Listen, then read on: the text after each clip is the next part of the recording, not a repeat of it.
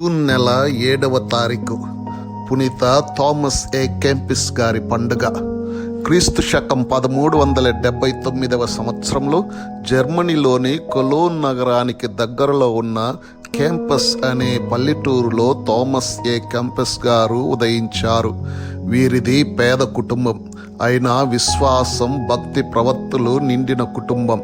యేసు సువార్త ప్రచారం ఎడల ఆసక్తి కలిగి అజ్ఞాన ప్రజలకు ప్రభువును గూర్చి తెలిపి వారిని దేవుని తెలుసుకున్న బిడ్డలుగా మార్చాలన్నదే వారి ఆశయం. అందుకే ఒక బ్రదర్ల సభలో చేరారు.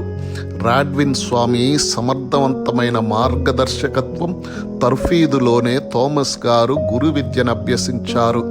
గురు విద్యలో ఉత్తమ ఫలితాలు సాధిస్తూనే తన వ్యక్తిత్వం, ఆధ్యాత్మిక జీవితంలో పరిపుష్టంగా ఎదిగారు. అందుకు చాలా సంవత్సరాలు వెచ్చించారు. ఆఖరుకు తన 34వ ఏట క్రీస్తు శకం 1413లో పవిత్ర గురు పదవిని అలంకరించారు.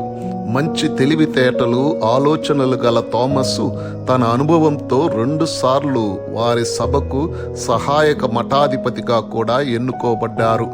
మంచి వాక్పటిమతో పాటు మంచి రచనా వ్యాసంగం గల థామస్ గారు తన ఆధ్యాత్మిక ఆలోచనలను, భక్తి భావాలను పదుగురికి పంచాలని భావించారు.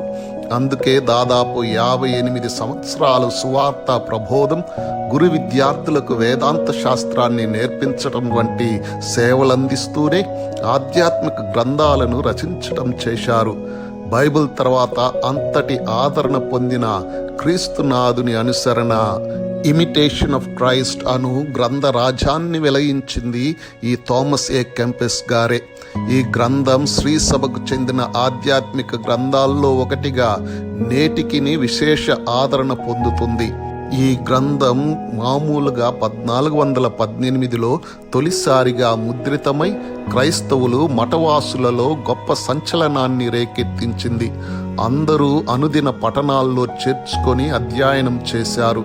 థామస్ గారు అనేక భక్తి ప్రార్థనలు, పాటలు కూడా వ్రాశారు.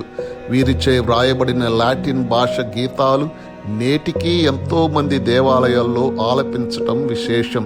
థామస్ గారు వృద్ధులై విశ్రాంతి తీసుకుంటున్న రోజుల్లో కూడా సభ నియమాల ప్రకారం కఠిన పేదరిక వ్రతాన్ని తప్పక పాటించారు.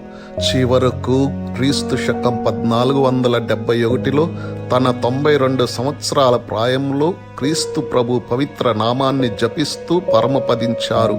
పునీతులుగా శ్రీసభ వారిని గౌరవించి కొనియాడుతుంది.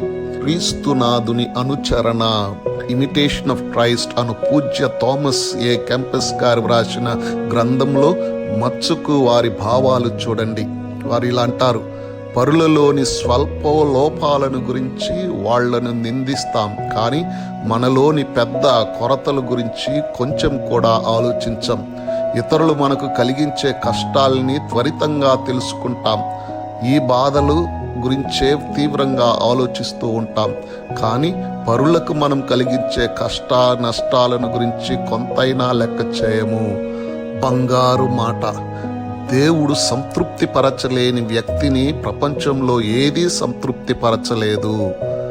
పునీత థామస్ కెంపస్ గారా, మా కొరకు ప్రార్థించండి.